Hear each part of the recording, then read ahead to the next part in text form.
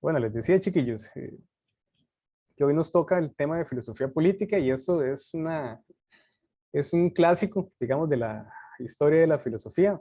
Desde los inicios de la historia de la filosofía, pues la política ha estado ahí dando, digamos, temas de discusión a los filósofos. Entonces, eh, tenemos una gran tradición de filosofía política, ¿verdad? 2500 años de historia de filosofía política, igual que 2500 años de ética o de metafísica, son grandes ramas de la filosofía que, pues básicamente han estado durante todo el tiempo desde que la filosofía existe. Podemos rastrear las raíces, digamos, de la filosofía política pues en otros elementos no filosóficos, llamémoslo así, en criterios religiosos o criterios metafísicos quizás en el contexto del mundo griego, pero también en otras culturas de la antigüedad. Sin embargo, nuestra tradición política, filosóficamente hablando, viene de los griegos. Entonces, quizás ahí los más famosos son Platón y Aristóteles, que marcaron muchísimo, digamos, de la discusión filosófica del mundo antiguo. Y como son tan famosos, pues bueno, por algo son tan famosos, ¿verdad? Son los primeros que sistematizan la filosofía, hacen sistemas filosóficos. Los pensadores, los filósofos anteriores, claro, tuvieron aportes en ética, en política, en diferentes áreas, pero no construyeron sistemas filosóficos. Platón y Aristóteles son los primeros que le dan ese carácter sistemático a la filosofía, y como no puede faltar en todo buen sistema filosófico, pues la parte política está ahí y encaja, digamos, en todos los engranajes de su sistema con la ética, con la epistemología. Entonces, digamos que es el paquete completo. Ellos nos dan un paquete completo y en ese paquete entonces, digamos, la parte de filosofía política está amarrada con todo lo demás. Nosotros conversábamos en la primera clase de la alegoría de la caverna de Platón, ¿verdad? Bueno, esa alegoría que tiene por lo general una interpretación epistemológica sobre cómo surge el conocimiento, aparece en un libro de filosofía política, en la República. Entonces también hay muchas interpretaciones de la alegoría de la caverna, el mito de la caverna en clave política, ¿verdad? Lo que nos está diciendo Platón ahí es no solo cómo conocemos, sino también cómo somos manipulados a nivel político, ¿verdad? Los políticos no quieren que sepamos la realidad, nos enseñan sombras y con eso, digamos, creemos que conocemos cómo se organiza la sociedad, pero en realidad no sabemos lo que hay detrás. Esa lectura también es muy válida y pues es totalmente aplicable, ya que, como dije, aparece en un libro de filosofía política, quizás en el libro más famoso de filosofía política de Platón, que es La República. Y bueno, por parte de Aristóteles, bueno, por parte de ambos, en realidad, ellos marcan, digamos, la discusión filosófica sobre la sociedad en el mundo antiguo y tienen mucho, digamos, mucha influencia en el mundo medieval. Platón y Aristóteles son los, digámoslo así, los pensadores griegos que le dan sustento a mucha de la metafísica cristiana, principalmente por vía, digamos, de Santo Tomás y San Agustín. San Agustín recupera la filosofía de Platón y Santo Tomás la de Aristóteles y bueno, ¿verdad? Con sus ajustes, pues los traducen, digámoslo así, al lenguaje cristiano y tienen entonces pues, mucha vigencia en el sistema de pensamiento religioso que es prioritario hoy en Costa Rica, en América Latina, como es el cristianismo. Entonces hay muchas ideas de Platón y Aristóteles que dan vueltas todavía por acá. Las ideas políticas quizás no tanto, ya estas pues han tenido, digámoslo así, sus críticas y con justa razón críticas. Y bueno, curiosidades, digamos, de algunos planteamientos de estos dos grandes pensadores. Y a mí me gusta resaltarlo no porque quiera hablar mal de ellos, sino porque, bueno, es justo también conocer los límites de los pensadores del mundo antiguo. Eh, es famoso, digamos, la justificación que hace Aristóteles de la esclavitud. Entonces, yo tengo un gran aprecio por Aristóteles como filósofo, pero como defensor de los derechos humanos quizás no hubiera sido el mejor. El mundo antiguo tiene una dinámica de esclavitud instaurada, entonces para ellos no perciben un problema ético ahí, sino que tienden más bien a justificar la esclavitud y las formas en que proponen organizar la sociedad, pues están marcadas por esta, digámoslo así, clasificación social, tanto en Platón como en Aristóteles. De hecho, la justificación tradicional del mundo antiguo para establecer la naturalidad de la esclavitud fue Aristóteles. Y pues bueno, eso es como uno de los puntos negros de Aristóteles. Lo otro es que tanto Platón como Aristóteles consideran que la democracia no es la mejor forma de gobierno. Esto es curioso porque nosotros en la actualidad tenemos como una visión muy idílica de la democracia y que la democracia es la mejor forma de gobierno que se ha desarrollado. Y se hace entonces referencia a que la democracia nace en Grecia, ¿verdad?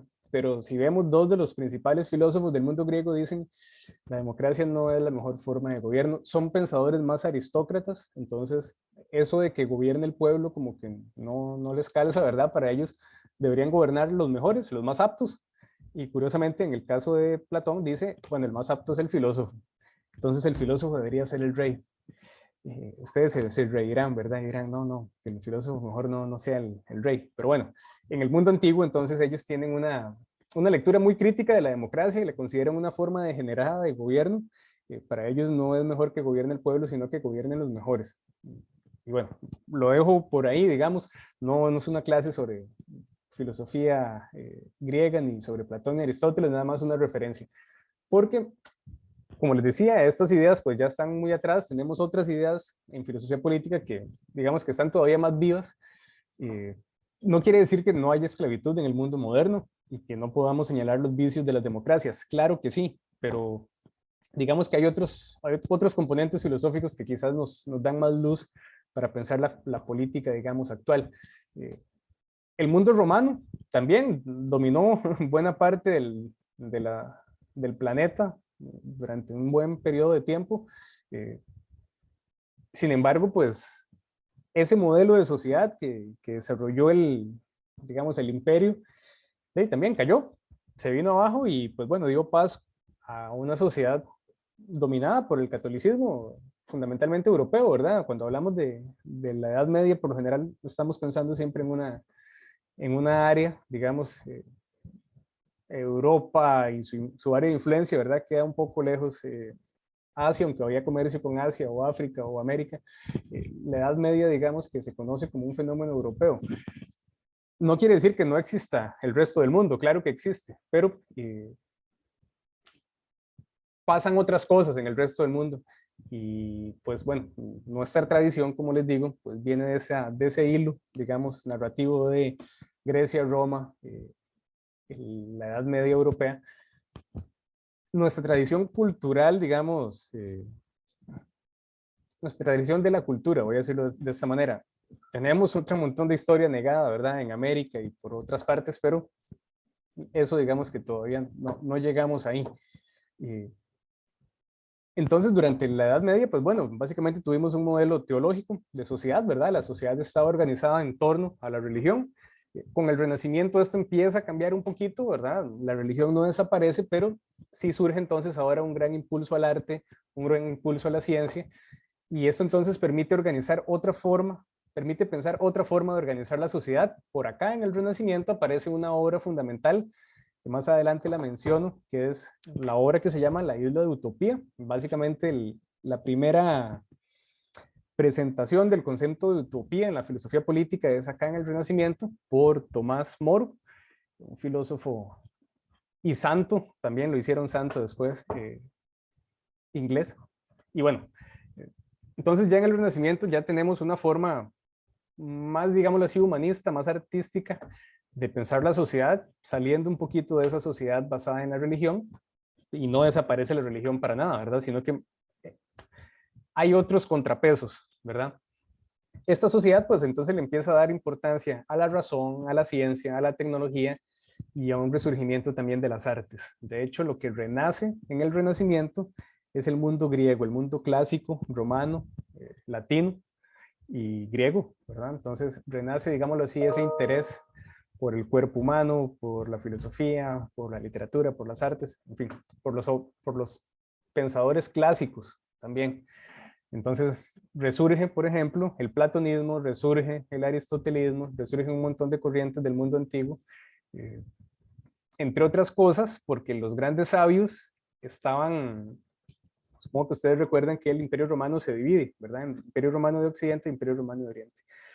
cae primero el Imperio Romano de Occidente y el Imperio Romano de Oriente dura 1000 años más. Entonces, cuando cae en 1500 y resto, ay, perdón, ya, bueno, 1000 años después, un montón de sabios que tenían toda la tradición del Imperio Romano, que todavía estaban ahí en Constantinopla, pues regresan como al centro de Europa. Entonces traen un montón de conocimiento de Platón y Aristóteles y pues bueno, se da ahí un intercambio muy enriquecedor para la cultura europea de la Edad Media y que bueno, no lo dije, sienta las bases para una sociedad, digámoslo así, que prepare la revolución industrial.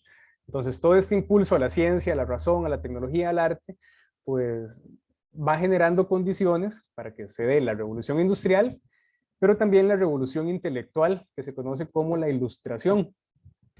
Y pues bueno, con eso, digamos, en esa transición, se sale del mundo antiguo, del mundo medieval, digamos, feudal, a una sociedad moderna más similar a lo que ya tenemos hoy en día, ¿verdad? A una sociedad industrializada, con una dinámica centro-periferia, donde había una idea de Estado, y esto es fundamental. Por acá empiezan también las discusiones sobre cómo debe organizarse el Estado.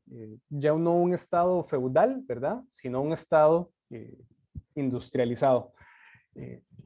Entonces cambia el esquema político y cambia entonces la forma en que la sociedad debe organizarse. Por acá esto, digamos, ahí no es tan fácil, ¿verdad? Como yo lo digo, sino que son procesos muy largos, que cada país tuvo su dinámica particular. En Inglaterra aparecen ideas filosóficas por parte de este señor, Thomas Hobbes, que vean las fechas en las cuales vive, digamos, ¿verdad? Todavía está bastante alejado. Y aquí hay cosas importantes. Ya se había dado el descubrimiento de América, ¿verdad? Ya España fue como el primer imperio que empezó a enriquecerse, digamos así, a manos llenas de sus colonias en el Nuevo Mundo, ¿verdad? Después Inglaterra, Portugal y todos los demás, las grandes capitales europeas agarraron su tajada del pastel, pero España fue como la que agarró primero la mina de oro y despertó la envidia pues, de todo el resto de países con intereses sobre América. En Inglaterra fue conocida durante muchísimo tiempo como, por decirlo así, el dueño de los mares, ¿verdad? Y del comercio marítimo. Se lo disputaban siempre entre Holanda e Inglaterra, siempre habían como piratas del Caribe, valga la redundancia ahora que hablamos de cine, ¿verdad? Los piratas del Caribe, pues es la armada inglesa, ¿verdad? Y bueno, siempre se caracterizó por tener mucha fortaleza a nivel marítimo, militar y bueno, en fin, siempre ha sido una potencia. ¿Por qué? Entre otras cosas, porque es donde surge la revolución industrial. Y también porque, bueno, los filósofos tuvieron su buena cuota de, digámoslo así, de aporte.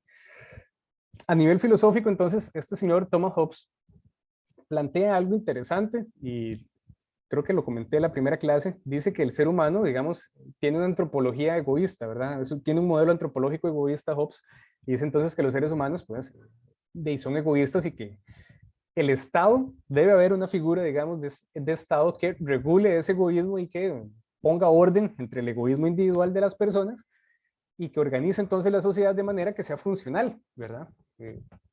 El Estado entonces surge ya como un organizador de los conflictos particulares, ¿verdad? Es el que nos va a permitir tener un mediador, digámoslo así, entre los conflictos de las personas. Esa figura, digámoslo así, tradicionalmente había sido como el rey, ¿verdad? Que desde la sabiduría del rey Salomón, entonces el rey era la persona justa que organizaba, digamos, bien. Sin embargo, la figura de los reyes, pues, no es como que ya se empieza a cuestionar más en estas épocas. No en la filosofía de Thomas Hobbes. Thomas Hobbes, de hecho, es bastante apegado, digámoslo así, a la línea monárquica. Y lo que dice Hobbes es, claro, el Estado tiene que regular digamos, las conductas individuales, pero tiene que haber alguien, y aquí Hobbes lo llama el soberano, que sería la persona que, por decirlo así, estaría fuera de la ley y sería más bien el que ejecutaría la ley, sería como el elegido, si queremos verlo en ese lenguaje que yo pongo por acá. Sería como el representante, digamos, de esa organización estatal. Una frase muy famosa de Luis XIV, rey de Francia, dice Luis XIV, el Estado soy yo, como diciendo, en mí se resume pues todo, yo hago y deshago, ¿verdad? Yo soy el que dice qué se hace y qué no se hace. Y bueno, la figura entonces del Estado se construyó también, digamos, con la figura monárquica. Esto va a cambiar con la Revolución Francesa, pero bueno, todavía en Inglaterra, ustedes ven, tienen reyes, ¿verdad?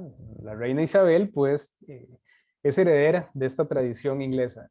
Ya no tiene tanto poder, digamos, ese soberano ya, su poder ha venido a menos, sino que ahora el primer ministro tiene más poder y en fin, en todos los otros modelos de Estado ya la figura del rey no tiene tanto poder. Eh, Quizás como en Malasia o en uno de esos países los reyes todavía tienen un carácter como más despótico, pero bueno, ya la figura, digamos, de la monarquía ha, ha perdido, digamos, su legitimidad. Y bueno, eso les decía tiene que ver con la Revolución Francesa, ya ahorita les cuento eso. Para Thomas Hobbes, entonces, como el ser humano es egoísta, el Estado debe castigar ese egoísmo y debe entonces, pues, ser bastante, digámoslo así, duro contra aquello que atente contra el orden social. Entonces, digamos que se convierte en un Estado vigilante y castigador, ¿verdad? Esto como en la mejor tradición inquisitorial, ¿verdad? Todo aquello que atente contra el Estado, pues es enemigo del Estado y debe desaparecer. Igual como planteaba la Inquisición, todo aquello que atente contra la Iglesia, pues debe desaparecer. Esa lógica, digamos, de control no escapa acá a esto. Sin embargo, pues bueno, aquí empieza un poco la historia de la película V de Venganza. En Inglaterra, un tipo llamado Guy Fawkes, pues se quiere rebelar contra este sistema de control estatal y bueno, quiere, digamos, por decirlo así, hacer un acto terrorista, volar, digámoslo así, un parte de algunas instalaciones y pues bueno, lo agarran y lo matan, ¿verdad? Como diría Thomas Hobbes, para que quede de ejemplo al resto del pueblo de que eso no se hace, ¿verdad? Usted no atenta contra el Estado porque el Estado es esa figura que ordena y regula pues la sociedad y que lo hace para el bien de la sociedad. Ese es el discurso, digámoslo así, estándar, ¿verdad? El Estado es bueno para los individuos porque les permite regular sus diferencias y su egoísmo. Bueno, en buena teoría no suena mal, ¿verdad? Lo que pasa es que el control estatal se vuelve el ejercicio de los favores privados de algunas personas, ¿verdad? Entonces, las personas que están en los puestos de poder tienen, digámoslo así, otras condiciones ante la ley y pues bueno, hacen y deshacen.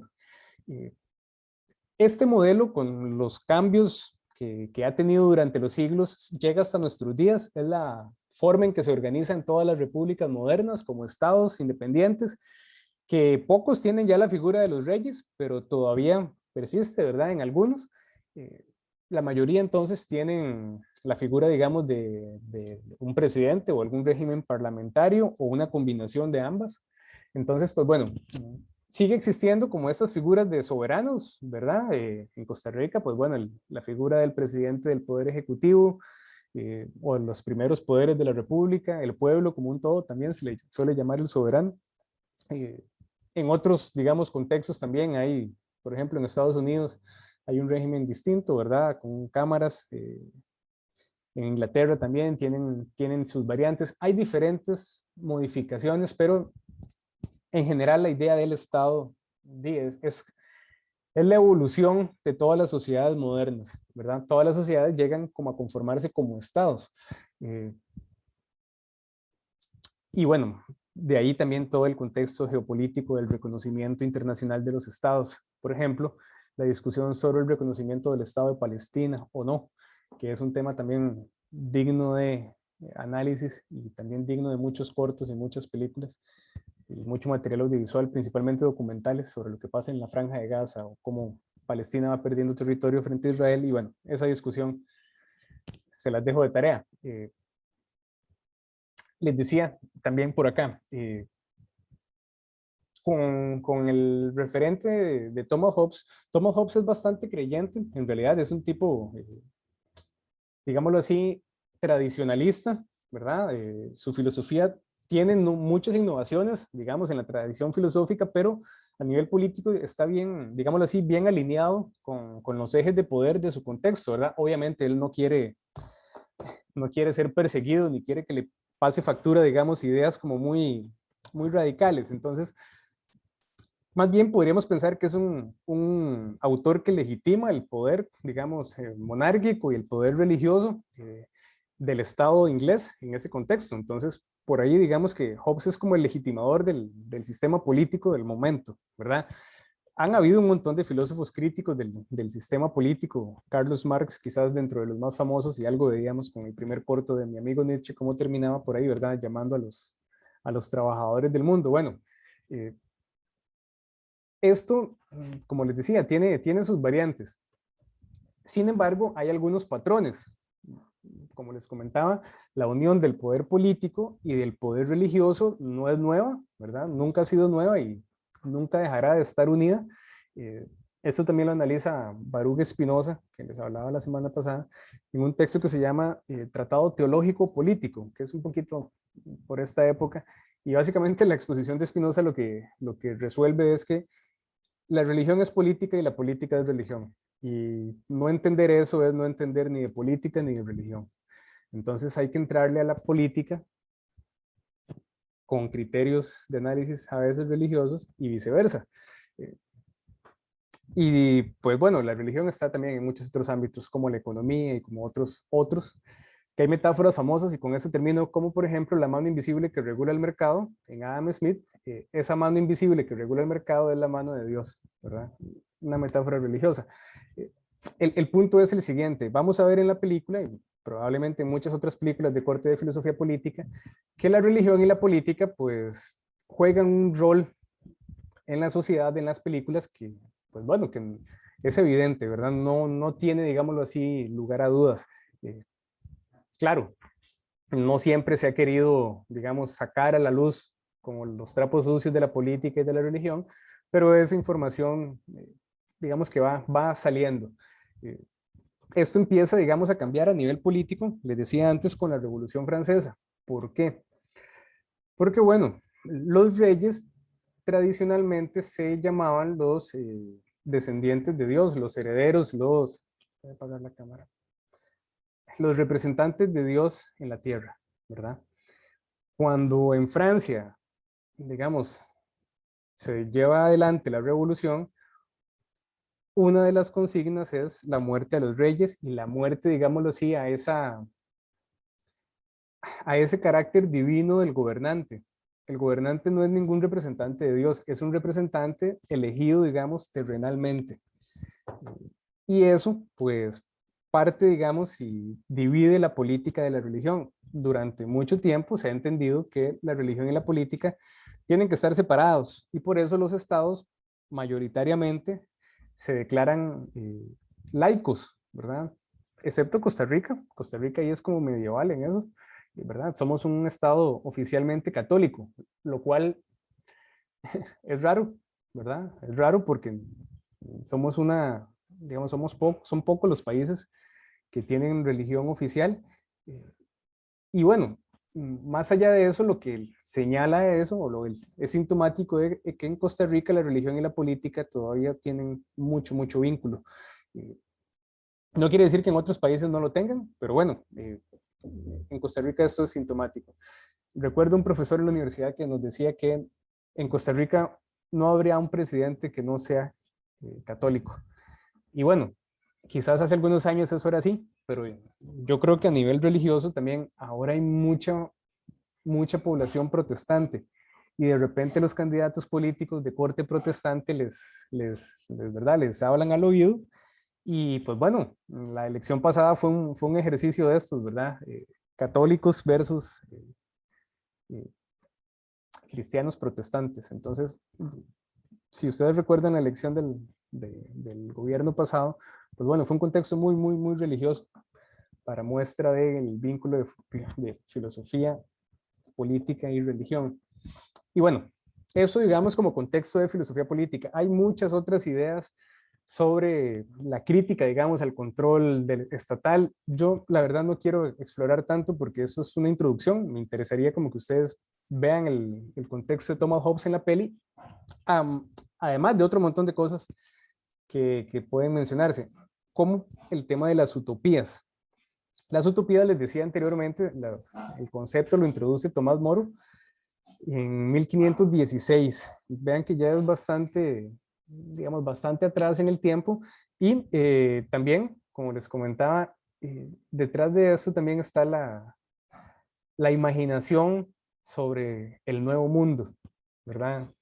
Cuando se descubre América, Europa también como que se renueva en su carácter, digamos, conquistador y en su carácter imaginativo. Entonces surge, digamos, una nueva parte del mundo por explorar. Y entonces crece la literatura de aventura, crece las artes, los mapas, todo cómo se imaginaba, digamos, el viejo mundo que era el nuevo mundo.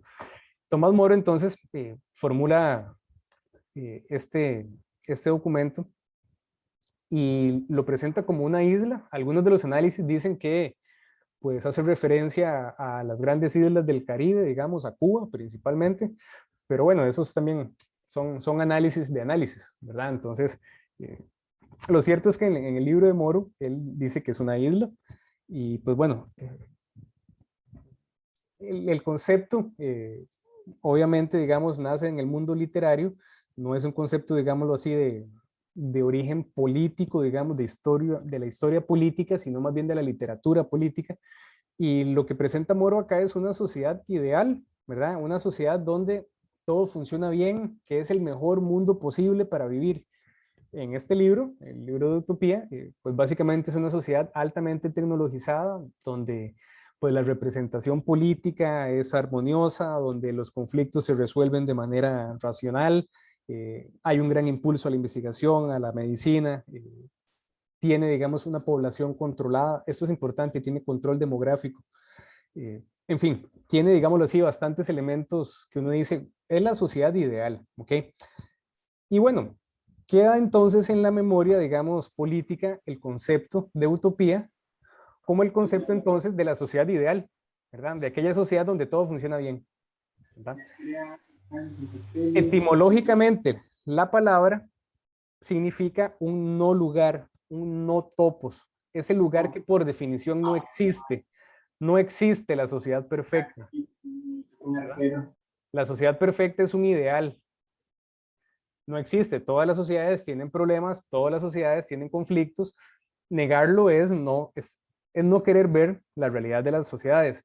Pero como concepto de ficción, digámoslo así, ese lugar sirve para mucho, ¿verdad? Sirve para imaginar cómo podría ser la mejor forma de organizar la sociedad. Entonces, aunque sea un concepto, digámoslo así, de la imaginación política, es muy útil, porque nos ayuda entonces siempre a pensar cómo la sociedad puede ser mejor. Y bueno, acá quiero que veamos y hagamos una mini actividad, algo pequeñito. Yo quiero y aquí espero que el internet me ayude. Aquí les cuento un poquito qué trae este video y les dejo aquí el enlace si ustedes quieren verlo. Esta pregunta, ¿para qué sirve la utopía? Bueno, un poco en esta respuesta en esto que les comentaba antes está la respuesta. Dice Eduardo Galeano aquí en este videito, es un video corto, les recomiendo que lo vean. Dice Galeano, bueno, una vez estaba con un amigo hablando en una universidad y le preguntaron a él, ¿para qué sirve la utopía? Y respondió de la mejor forma, dice Eduardo Galeano. Dice, bueno, vean, la utopía es como el horizonte. Siempre que yo veo el horizonte y trato de acercarme al horizonte y camino 5 pasos, el horizonte se aleja 5 pasos. Y si camino 20 pasos, el horizonte se aleja 20 pasos. Y entonces resuelve el amigo de Eduardo Galeano y dice, la utopía sirve para eso, para caminar, para acercarnos a ese horizonte, que siempre se aleja, que siempre está más allá, que siempre puede ser mejor la sociedad.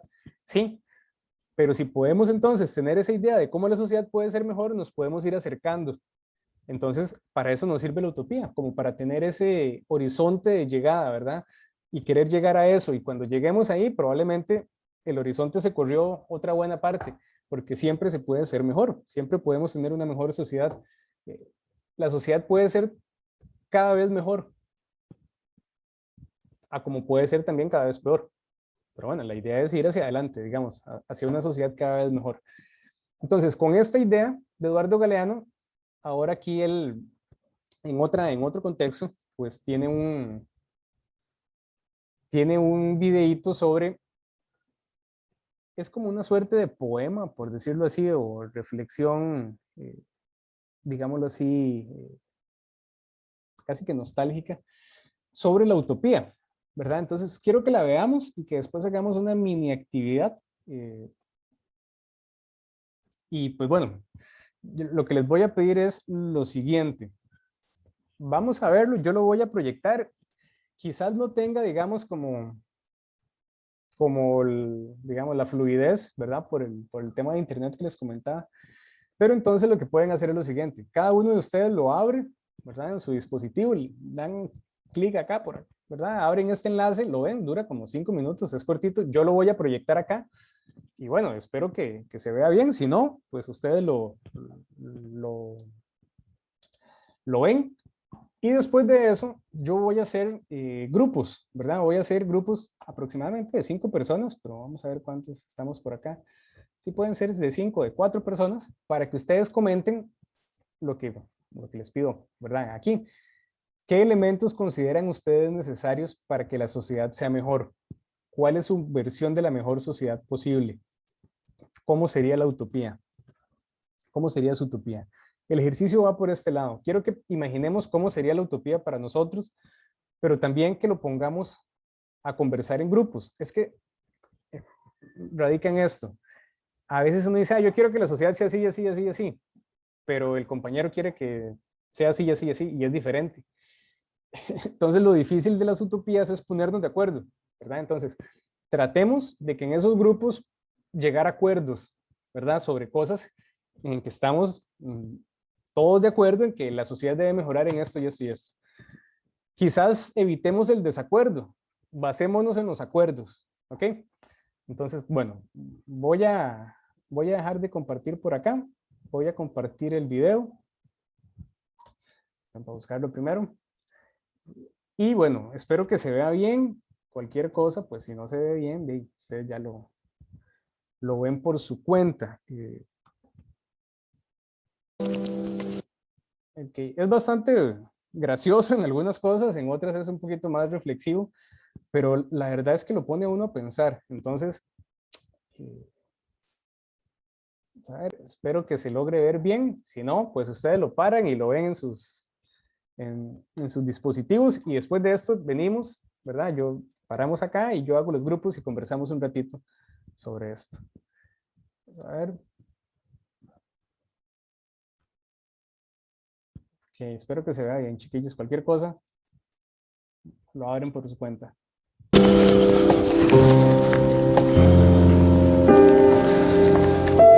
¿Qué tal si deliramos por un ratito? ¿Qué tal si clavamos los ojos más allá de la infamia para adivinar otro mundo posible? El aire estará limpio de todo veneno que no provenga de los miedos humanos y de las humanas pasiones. En las calles, los automóviles serán aplastados por los perros. La gente no será manejada por el automóvil, ni será programada por el ordenador, ni será comprada por el supermercado, ni será tampoco mirada por el televisor. El televisor dejará de ser el miembro más importante de la familia y será tratado como la plancha o el lavarropas. Se incorporará a los códigos penales el delito de estupidez que cometen quienes viven por tener o por ganar en vez de vivir por vivir nomás, como canta el pájaro sin saber que canta y como juega el niño sin saber que juega. En ningún país irán presos los muchachos que se nieguen a cumplir el servicio militar, sino los que quieran cumplirlo. Nadie vivirá para trabajar, pero todos trabajaremos para vivir. Los economistas no llamarán nivel de vida al nivel de consumo, ni llamarán calidad de vida a la cantidad de cosas. Los cocineros no creerán que a las langostas les encanta que las hiervan vivas. Los historiadores no creerán que a los países les encanta ser invadidos. Los políticos no creerán que a los pobres les encanta comer promesas. La solemnidad se dejará de creer que es una virtud. Y nadie tomará en serio a nadie que no sea capaz de tomarse el pelo. La muerte y el dinero perderán sus mágicos poderes y ni por defunción ni por fortuna se convertirá el canalla en virtuoso caballero. La comida no será una mercancía, ni la comunicación un negocio, porque la comida y la comunicación son derechos humanos. Nadie morirá de hambre, porque nadie morirá de indigestión. Los niños de la calle no serán tratados como si fueran basura, porque no habrá niños de la calle. Los niños ricos no serán tratados como si fueran dinero, porque no habrá niños ricos. La educación no será el privilegio de quienes puedan pagarla, y la policía no será la maldición de quienes no puedan comprarla. La justicia y la libertad, hermanas siamesas, condenadas a vivir separadas, volverán a juntarse, bien pegaditas, espalda contra espalda. En Argentina, las locas de Plaza de Mayo serán un ejemplo de salud mental, porque ellas se negaron a olvidar en los tiempos de la amnesia obligatoria. La Santa Madre Iglesia corregirá algunas erratas de las tablas de Moisés y el sexto mandamiento ordenará festejar el cuerpo. La Iglesia también dictará otro mandamiento que se le había olvidado a Dios: amarás a la naturaleza de la que formas parte. Serán reforestados los desiertos del mundo y los desiertos del alma. Los desesperados serán esperados y los perdidos serán encontrados, porque ellos se desesperaron de tanto esperar y ellos se perdieron por tanto buscar. Seremos compatriotas y contemporáneos de todos los que tengan voluntad de belleza y voluntad de justicia. Hayan nacido cuando hayan nacido y hayan vivido donde hayan vivido, sin que importe ni un poquito las fronteras del mapa ni del tiempo. Seremos imperfectos, porque la perfección seguirá siendo el aburrido privilegio de los dioses. Pero en este mundo chambón y jodido, seremos capaces de vivir cada día como si fuera el primero y cada noche como si fuera la última.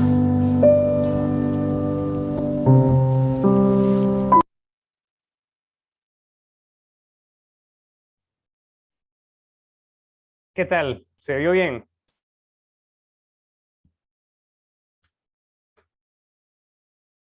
Se pegó el audio en pocas partes, profe, ¿Se pero pegó? sí se entendió.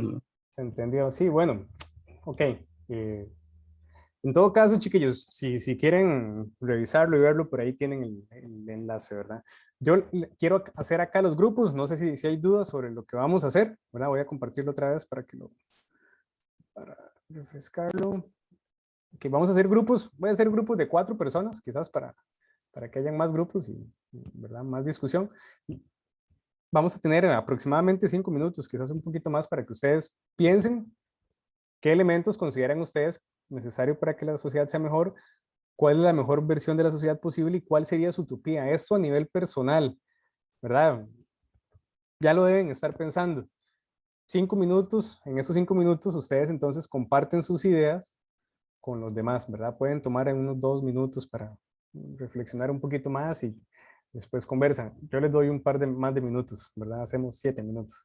Yo voy pasando por ahí, por los grupos, para escucharlos, no me voy a meter, nada más quiero escuchar pues lo que están conversando y después venimos y conversamos entre todos, ¿ok? ¿Está claro? Claro, profe. Listo. Ok, vamos a ver entonces.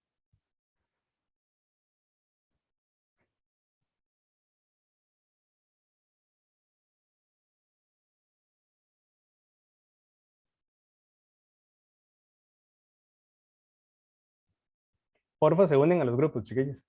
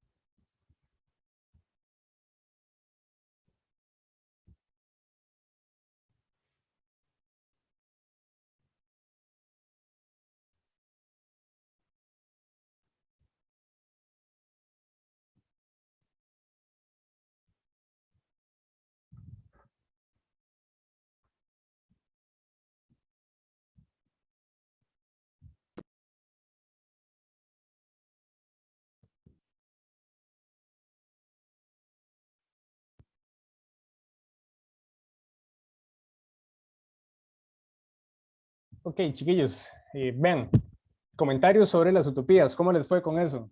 ¿Qué, qué conversaron? ¿Qué elementos consideran necesarios para que la sociedad sea mejor? ¿Quién me cuenta alguno?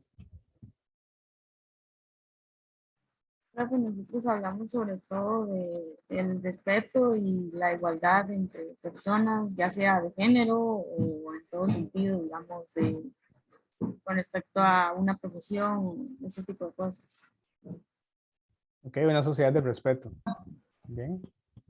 Sí, digamos, una utopía es muy, muy complicada, pero nosotros sí nos basamos digamos que en el pilar de igualdad en diferentes aspectos, ya sean económicos, de género, de oportunidades, etcétera. Entonces, más o menos por ahí fue orientación. Curiosamente, bueno, vos lo mencionás, la igualdad.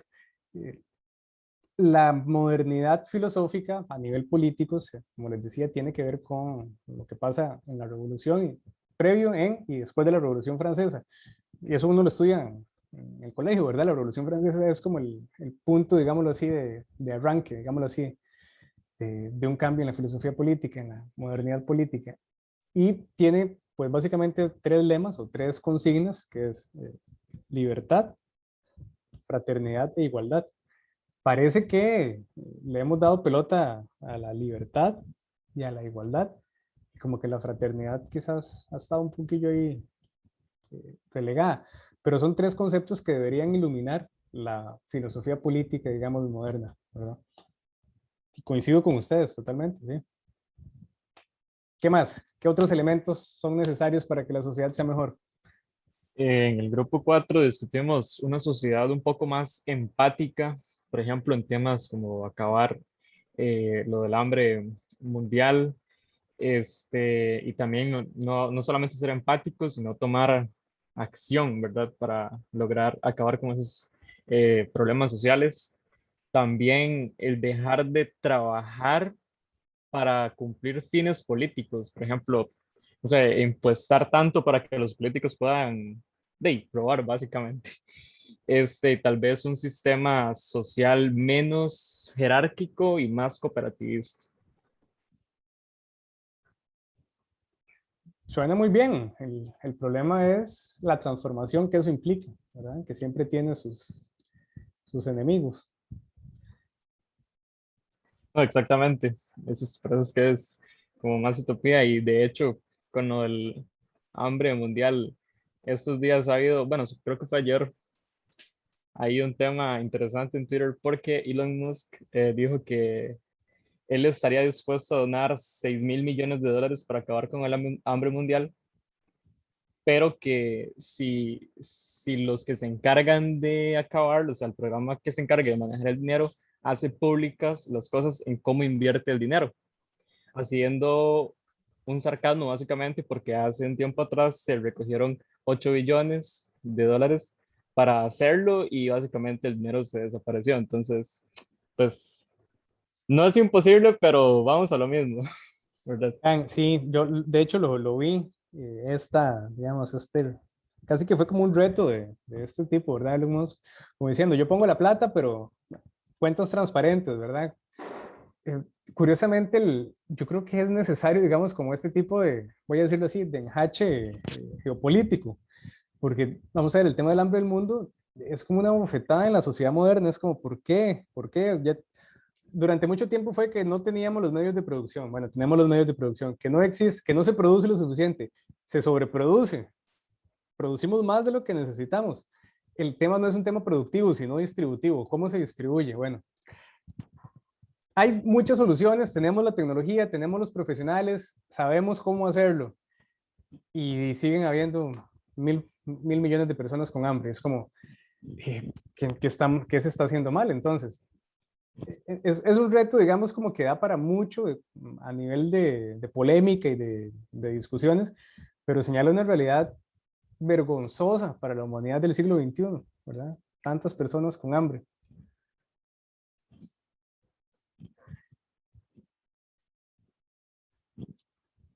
Ok, yo coincido con ustedes, una sociedad donde no existe el hambre sería mejor. También hablamos de contaminación, digamos. Obviamente nos imaginamos algo limpio siempre, sin contaminación, sin tanta, ¿cómo se llama? Contaminación visual que hay ahora en las ciudades más que todo. Totalmente de acuerdo. Ojalá solo fuera la contaminación visual, pero otras formas de contaminación que no vemos también son preocupantes. Dígase los microplásticos o el deterioro del suelo. Eh, En fin, en contaminación tenemos muchísimo que mejorar.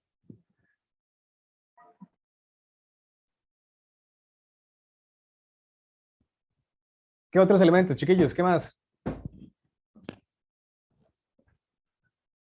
Algo como más, no sé, como lo que decía Eduardo Galeano, quizás algo así, como que uno dice, "Mae, es irreal, pero que tuani sería, ¿verdad? Por ejemplo, que no murieran los perros atropellados, ¿verdad? Eso sería maravilloso.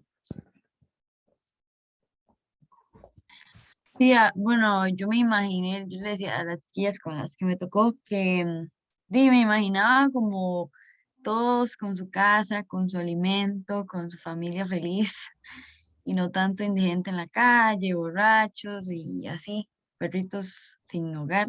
Entonces sí, me lo imaginé así como que todos tuvieran su hogar y su sustento para vivir, digamos.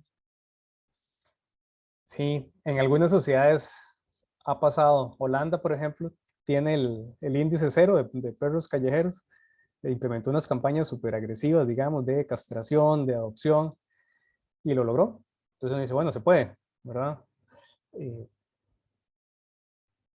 sí, a mí me gustaría una sociedad donde los libros sean gratis, ¿verdad? Las librerías son gratis. Se va y agarra el libro que quiera. Una maravilla. Pero que devuelvan el libro también. Que usted lo lee y después lo ceda, sí.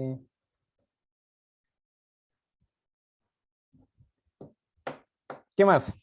¿Algo Profe, más? y que la educación fuera gratuita también podría ser por ese lado. Educación gratuita y universal. Curiosamente, bueno, yo no sé ustedes, pero yo siempre estudié con beca, ¿verdad? Toda la vida. Hasta ahora todavía. Eh, si no hubiera sido por la beca, uno no, digamos, no hubiera podido estudiar, o tal vez hubiera tenido que trabajar y estudiar, no sé, otra cosa. El asunto es que La educación gratuita, pues, digamos, yo soy reflejo de la educación gratuita, ¿verdad? Y subsidiada, digamos, por el Estado. Y así, N cantidad de personas en Costa Rica y el mundo. Algunos países tienen educación superior de paga, digamos, como hay aquí también, y a veces es demasiado caro. Por ejemplo, en Estados Unidos la universidad es bastante cara. Y la gente lo que hace es empezar a ahorrar desde chiquillos o buscan una beca deportiva o se meten al ejército para estudiar o algo. En Alemania la universidad es gratuita y universal. Entonces muchas personas van, digamos, a estudiar a Alemania porque de la universidad es gratuita.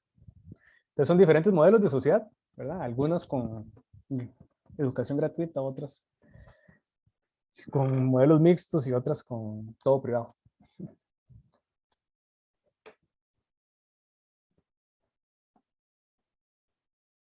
¿Cuál sería la mejor versión de la sociedad posible? ¿Cómo sería esa utopía de ustedes, chiquillos? Ustedes pudieran decir, mi sociedad ideal sería así. La liga pentacampeón, la CL, siempre el mundial. Le sale campeón del mundial, profe. Bueno, esa utopía sí está dura, ¿verdad? Está difícil, pero está bien. Esa prisa no exista. Y al hígado ahí, tome. No, tiene que haber una rivalidad, ¿verdad? Siempre tiene que haber ese contrapeso, entonces es bueno que existan, pero que la liga quede campeón. Como Wakanda, Gustavo, bueno, Wakanda tiene un tipo de utopía, ¿verdad? Una sociedad altamente tecnologizada, donde todo iba bien, medicina de última punta, medio escondida, digamos, ¿verdad? En la sabana africana. Wakanda es un modelo de sociedad ideal.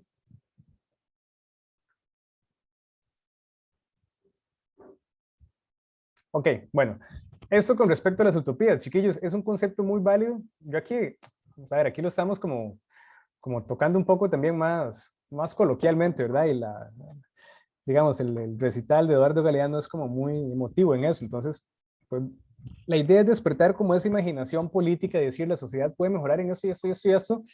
Y se imagina fácil, pero el trabajo que lleva no es nada fácil. Entonces, transformar la sociedad es más difícil que pensar cómo transformarla. Por lo general, querer transformarla, todos tenemos un montón de ideas, ¿verdad? A la hora de manos a la obra, pues no es tan fácil. Ahora bien, el concepto de utopía tiene, digamos, su antónimo, ¿verdad? Su némesis, llamémoslo así, que es la distopía. La distopía también, digamos, es un concepto imaginario, ¿verdad? Es una sociedad indeseable para vivir, ficticia, donde no nos gustaría vivir, ¿verdad? Un lugar donde uno dice, yo no quiero vivir ahí. Y es como la peor forma de organizar la sociedad. Sirve, al igual que la utopía, para imaginar cómo podría ser la peor forma de organizar la sociedad. Es como el mal ejemplo, ¿verdad? Como el mal referente, el referente al que no queremos llegar, ¿verdad? Entonces, pues bueno, las distopías presentan sociedades donde las personas en el poder organizan la sociedad de tal manera que los ciudadanos son sometidos a reglas dictadas por una cúpula política para beneficio de esa cúpula política de mantenerse en el poder y bueno, digamos que las personas no tienen voz ni voto en las decisiones estatales, ¿verdad? Son simplemente marionetas, digámoslo así, del sistema. En muchas películas, y ojalá fuera solo unas películas, en muchas sociedades, estas cúpulas religiosas, estas cúpulas políticas están aliadas con las cúpulas religiosas para controlar a las personas, los cuerpos de las personas y los pensamientos, la moral de las personas. Entonces, digamos que religión y política hacen un buen equipo tratando de controlar a la sociedad. Por ende, los políticos siempre tratan como de estar en buenas relaciones con los religiosos, ¿verdad? Es conveniente para ambos. Por ejemplo, curiosamente en Costa Rica, el expresidente Oscar Arias ha mencionado que no es creyente, ¿verdad? pero aún así de ahí, cumple con las obligaciones religiosas, ¿verdad? Iba a misa y todo esto como funcionario político. Porque bueno, él es lo, digámoslo así, lo políticamente correcto, ¿verdad? Ok. Esta imagen, digámoslo así, de las sociedades altamente controladas, es una imagen, digamos, de personas que se aprovechan del poder que tienen. Dígase personas en el poder político, dígase personas en el poder religioso. Quizás una imagen, si ustedes buscan imagen de los dictadores, por lo general les aparezca algo como así. Esta es una imagen de la película, ¿verdad? Es el canciller de la sociedad inglesa, digamos, en la película, pero tiene, digamos, como este aire, digámoslo así, dictatorial, ¿verdad? Aquí ustedes pueden poner, no sé, a Franco en España, o a Videla en Argentina, o a, qué sé yo, a Hugo Chávez, si quieren, o Maduro, o Daniel Ortega, ¿verdad? El tipo que ustedes quieren, y digamos va a tener como un aire, digámoslo así, de superioridad dictatorial. Entonces, pues bueno, los dictadores por lo general reflejan esto, ¿verdad? Esa persona en el poder que se aprovecha del poder para hacer su voluntad y, digámoslo así, eso le pasa una factura a la sociedad que, que no es buena cosa. Ok, entonces, bueno, es, digámoslo así, una imagen de la peli, donde pues se hace referencia, bueno, a este conceptillo que viene acá, al Leviatán, es el concepto que usa Thomas Hobbes para metafóricamente llamar al Estado, ¿verdad? El Estado es el monstruo, el Leviatán es un monstruo marino que aparece, digamos, mencionado en la Biblia. El Leviatán son las ballenas, ¿verdad? Solo que no teníamos, digamos, biología marina hace 2000 años, entonces a las ballenas le consideraban que eran monstruos. Entonces, pues, se le llamaban Leviatán. Bueno, aparece también en los Hombres X, por ejemplo. El Leviatán, entonces, en la filosofía de Thomas Hobbes, es la metáfora que usa Thomas Hobbes para describir al Estado, como ese monstruo grande, grande, grande, pesado, que, pues, que controla la sociedad. Y bueno, esto es como un mini análisis que me encontré ahí por la red donde me robé la imagen, que básicamente planteaba esto. Bueno, el miedo, como Thomas Hobbes tiene un modelo antropológico egoísta, los seres humanos tenían miedo a las relaciones entre sí, ¿verdad? Que el vecino me fuera a matar. Ahora temen al Estado, ¿verdad? El Estado como regulador de esas relaciones, pues es el que entonces nos puede perseguir y nos puede hacer pasar un mal rato. Y bueno, entonces el Estado es ese brazo controlador que, pues, si alguien atenta contra el Estado, va preso. Las distopías son muy comunes, digamos, en el mundo de las artes. En la literatura hay varias. Muchas que se han llevado, digamos, a la pantalla, se han hecho película. Dos, quizás de las más famosas, son estas 1984 y Un Mundo Feliz. Por aquí les pongo un enlace, que quizás lo podamos ver un minutito, sobre una comparativa entre estas dos formas de distopías. Por acá les dejo el enlace y lo cuento rápidamente, ¿verdad? Son dos formas de pensar cómo sería la peor sociedad posible, ¿verdad? Que se formulan en dos libros, en 1984 de George Orwell y en Un Mundo Feliz de Aldous Huxley. Son libros que, como les decía, se han llevado al cine, que quizás por ahí ustedes los puedan buscar. Por un lado, en la obra de Orwell, 1984, él temía que se prohibieran los libros, ¿verdad? Algo como lo que hacía la Inquisición en la Edad Media, ¿verdad? Prohibir los libros, y pues hasta bien entrado el siglo XX, la iglesia todavía tenía una lista de libros prohibidos, ¿verdad? Entre ellos los libros de Galileo, que después pidió disculpas y bueno, en fin. Había una censura, esto ya lo vivimos, una censura, digamos, de los libros. Los nazis quemaron un montón de libros también, ¿verdad? Cuando llegaron al poder. Por esta parte, entonces, es como el denegar el acceso a la información, ¿verdad? Una distopía en ese sentido. Por otro lado, Huxley temía más bien lo contrario, que no hubiera razón alguna para prohibir los libros, debido a que nadie tuviera interés en leer libros. ¿verdad? Más bien que hubiera una, digámoslo así, sociedad de cultura rápida, por decirlo así, ¿verdad? Donde pues nadie quiere tener, digamos, un rato para leer cuando puede ver, no sé, The Biggest Loser, ¿verdad? En televisión, qué sé yo, ¿verdad? Tener, digamos, otro tipo de distracción cultural que no sea la lectura.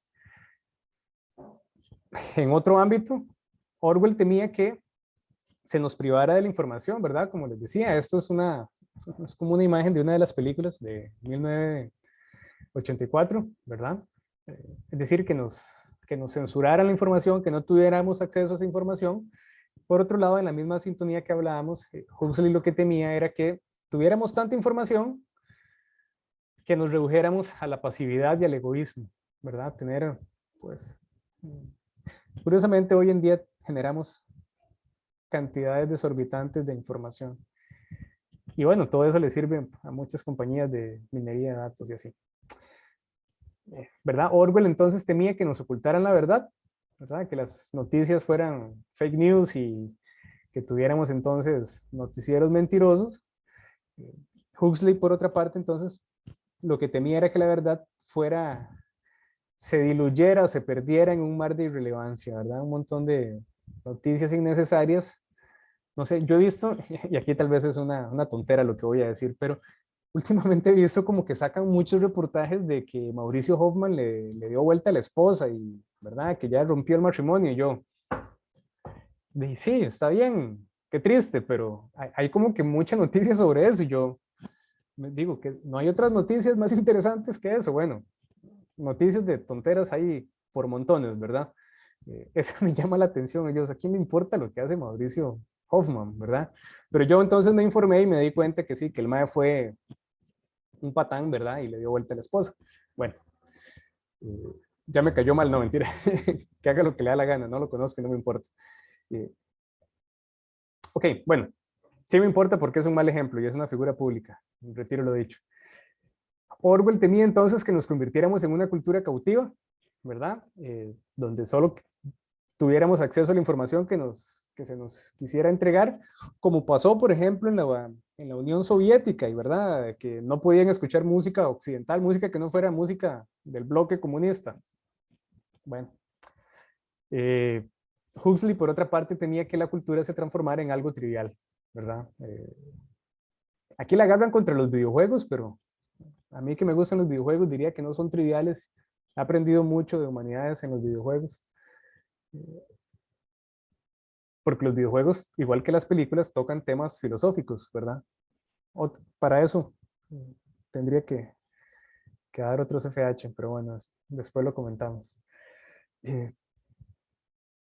Y bueno, básicamente, Huxley entonces lo que quiere señalar es que en el mundo feliz nos van a controlar a partir de los placeres, ¿verdad?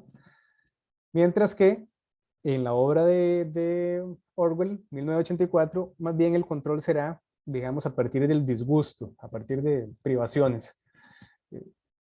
Entonces, pues bueno, son como dos posturas que si ustedes me preguntan, pues yo creo que la sociedad moderna tiene de ambas, ¿verdad? Hay noticias falsas, hay noticias irrelevantes, hay un mar de información innecesaria. Hay una combinación curiosa, lo cual no quiere decir que la distopía tiene que ser una u otra, ¿verdad? Las distopías pueden combinar lo malo de todos los escenarios, ¿verdad? Y tristemente la realidad, pues muchas veces es peor que la ficción. Entonces, bueno, Ajá, digamos, otro detalle que a mí me llamó la atención en 1984 es, digamos, cómo él pensaba que eventualmente la sociedad iba como a llegar a estar vigilada completamente, lo cual a este punto sí se ha llegado al punto en el que casi que siempre estamos siendo vigilados. Bueno, lo veíamos con la película de Truman, ¿verdad? Esa sociedad de la vigilancia ya se naturalizó y ya uno ve las cámaras por todo lado y ya, ¿qué va a hacer? ¿Verdad? No podemos hacer nada. Hacia eso evolucionó la sociedad. No estoy diciendo que sea bueno ni sea malo, pero estamos en una sociedad de la vigilancia. con las cámaras, digamos, como lo más gráfico, pero nuestra huella electrónica, nuestra huella, digamos, de transacciones económicas, eso está bastante, es bien conocido. Entonces, estamos muy bien vigilados, la verdad es que sí. Y bueno, en la película entonces también la vigilancia, digámoslo así, excesiva y el control se reflejan. Y vamos a ver, no es nada bonito, digamos, una sociedad altamente que controle, digamos, las libertades individuales de los individuos, ¿verdad? Si ya vieron la peli o cuando la vean, verán que, pues, que bueno, a las personas se les limita mucho, digamos, su libertad de credo religioso, de orientación sexual, de organización política, de gustos, ¿verdad? Literarios, etcétera, etcétera. Y como les decía, tristemente en la sociedad ha pasado esto, no solo en las películas. Ok, bueno, sobre la peli. Yo no sé quiénes han visto la peli ya. Pueden levantar la mano, dedito arriba o alguna reacción a alguien que ya la haya visto. Para más o menos saber. Solo José Pablo.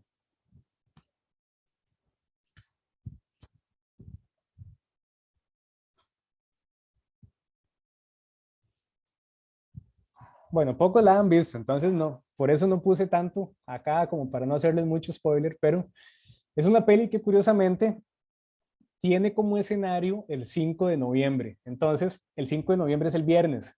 Si la quieren ver, el viernes sería un muy buen día para verla. ¿Verdad? Entonces, si no la han visto y quieren salir de la semana TEG el viernes en la noche, creo yo que es un momento adecuado para ver la peli. Ok, esta es una peli, como les decía, donde se nota la limitación, digamos, a las libertades individuales, a las artes, a la orientación sexual, a las artes, a las libertades individuales como la orientación sexual, el credo religioso, la organización política.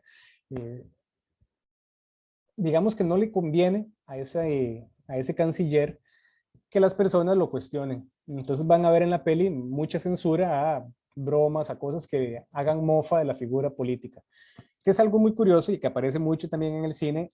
La burla política no les gusta a los políticos porque es cuando la gente empieza como a perderle el respeto a la autoridad política, ¿verdad? Ya cuando empezamos a hacer memes de Carlos Alvarado y de otro montón de políticos, ya básicamente no nos importa mucho esa figura, ¿verdad? Entonces, el humor siempre ha sido, no le gusta mucho el humor a los políticos cuando se trata de ellos, ¿verdad? No les gusta que hagan broma de ellos, porque es como un insulto, digamos, de la gente que no tiene mucho poder político, pero sí,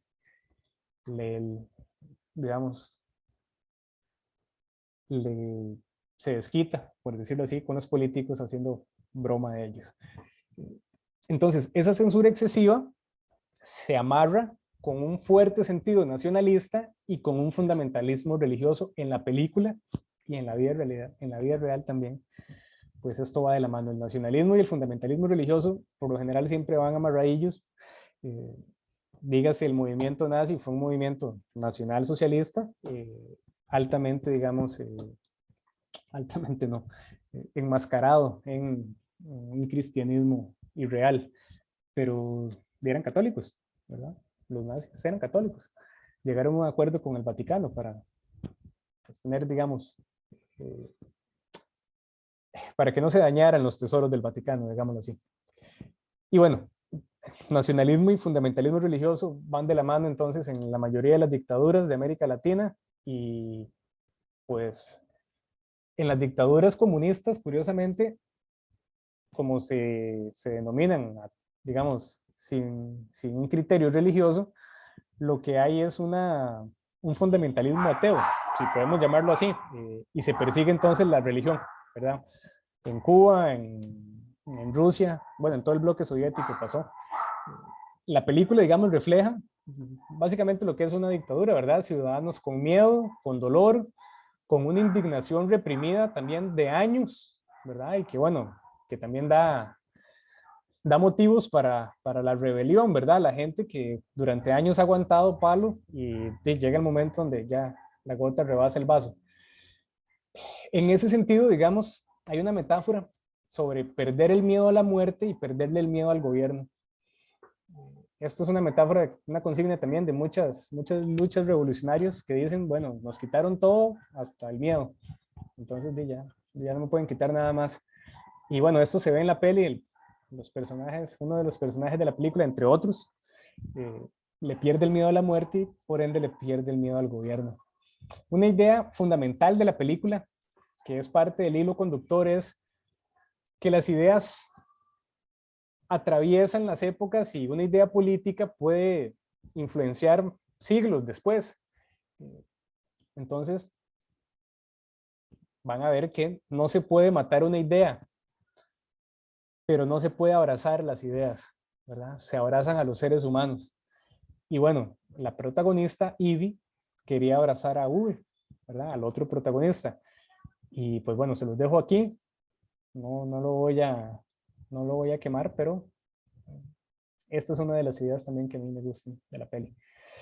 Hay un arco histórico acá, ¿verdad? Como les decía, en la Inglaterra de Thomas Hobbes aparece Guy Fawkes, que aquí yo les pongo un hipervínculo para que sepan, digamos, sobre él, ¿verdad? Sobre lo que él hizo, o su rebelión, digamos, la rebelión de la pólvora se le llama. Entonces hay un arco histórico, ¿verdad? Entre este tipo, ¿verdad?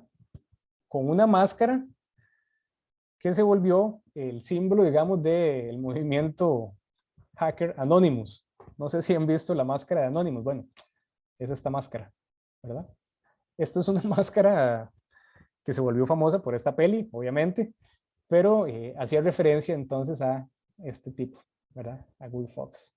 Yo por aquí les dejo un enlace de la BBC sobre la rebelión de la pólvora, encabezada por él, o donde él fue, por decirlo así, el cabecilla, el que pagó los platos rotos. Y bueno, de manera general, chiquillos, esta es una historia que se repite, ¿verdad? Es un tipo, ¿verdad? Un personaje contra el sistema, muchos años después, muchas veces después, se repite la historia de la lucha por la libertad. Hay N cantidad de películas que es la lucha por la libertad. Bueno, esta es una peli de la lucha por la libertad. Y no es una historia, digámoslo así, poco común, al contrario, muchos de los héroes de las películas de filosofía o en un contexto de filosofía política, es eso, son personas que luchan por su libertad. Y bueno, por acá les dejo con estas ideas para la peli. Hay otro montón de cosas sobre la peli.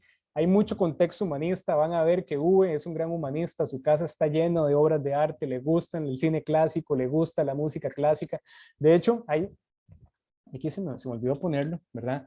Hay toda una reflexión sobre las obras que pone Uwe cuando hace su rebelión.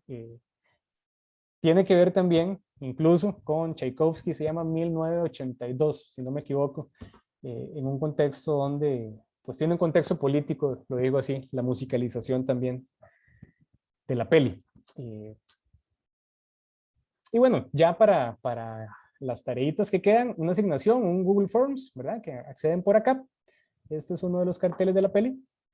Aquí no quedó bien, pero dice Freedom Forever, ¿verdad? Libertad por siempre. Y aquí la asignación 2, que es básicamente la misma dinámica en el foro, hacer un comentario sobre la película que establezca la relación entre la peli y dos temas filosóficos. Aquí hay, digamos, carácter acumulativo, ¿verdad? Entonces pueden comentar los que vimos en la primera semana, los que vimos la segunda semana o los que comentamos hoy. Y al menos una respuesta a los comentarios de los compañeros, ¿verdad? Entonces, pues básicamente esto sería, chiquillos. Si no han visto la peli y no la quieren ver hoy, véanla en el viernes. Tienen hasta el lunes para participar en el formulario y en el foro. Entonces, de hoy en 8, yo les mando un correo para que me ayuden con la evaluación. Y recuerden que hasta hoy en 8 hay tiempo también de participar en el foro. Entonces, pues de mi parte eso sería. No sé si hay alguna pregunta, algún comentario, algo que quieran decir, comentar, expresar, quejarse. Y si no, pues lo dejaríamos por acá. Profe, ya para la otra semana no tenemos que venir a clase, ¿verdad? No, solo hacer la evaluación. Y, perdón, me acordé de algo. Yo les prometí que les iba a pasar unas pelis. Lo que pasa es que hoy estoy en mi casa y no tengo muy buen internet. Entonces, en estos días que vaya al TEC, yo les subo las pelis, les subo varias pelis ahí al canal de Telegram. Entonces, para que no se salgan todavía, espérense a la otra semana y yo de aquí a la otra semana les prometo que les subo ahí una listilla de pelis. Perfecto, profe. En lo personal me gustó mucho la humanística y las pelis recomendadas y digamos, cómo se llevó a cabo el curso. Entonces, más bien, muchísimas gracias. No, gracias a usted, Jorge, por el comentario. Para mí es un gusto hablar de esto y créanme que yo lo disfruto muchísimo porque a mí me gustan las pelis, me gustan estos temas y me gusta como compartir con ustedes algunas ideas que yo tengo sobre cómo interpretar estas pelis. Esto es una introducción a la filosofía. También me gusta como dejarlos pensando en algunos temas filosóficos para que se acerquen a la filosofía. Entonces, más bien soy yo el que les da las gracias por escoger este CFH. Y no ha terminado, ¿verdad? Falta todavía hacer esto, falta que me ayuden con la evaluación. Entonces, por ahí seguimos en contacto. Yo leo el foro, créanme que yo leo en lo que ustedes ponen ahí y la verdad me satisface mucho ver la discusión que ustedes llevan. De mi parte igual, profe, la verdad disfruté mucho las películas y en general el centro. Qué bueno, eso me alegra, saber que lo disfrutan.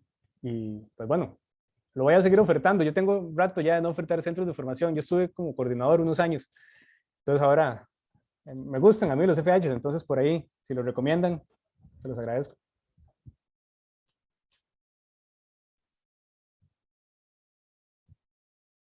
Muchas gracias, Cristian, por el comentario. Muchas gracias, Daniela, también por el comentario. Vean esta peli, si no la han visto, esta también les va a gustar, estoy seguro.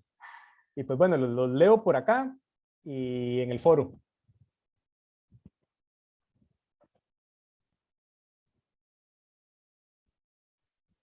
Hasta luego.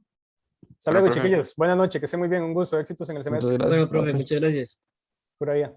Muchas gracias, profe. Gracias. Profe, una pregunta.